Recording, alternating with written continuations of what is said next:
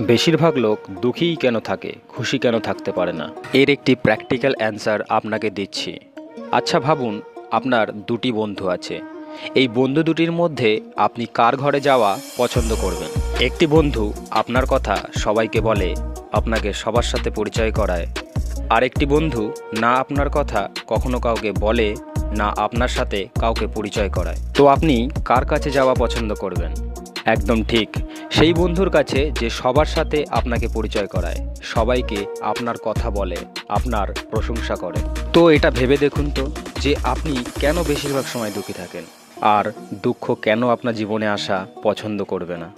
কারণ 24 ঘন্টা আপনি দুঃখের কথা বলেন। আপনার জীবনে কে কী খারাপ হয়েছে সবাইকে বলে বেড়ান, যে আমার সাথে এই হয়েছে, ওই হয়েছে, আমি ভালো নেই, আমার তো কপালই খারাপ।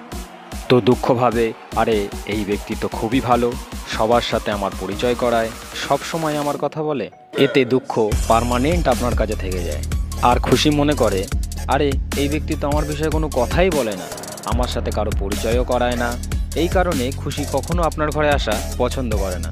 সুতরাং উল্টোটা করুন, খুশির কথা বলুন, খুশির মুহূর্তগুলোকে শেয়ার করুন।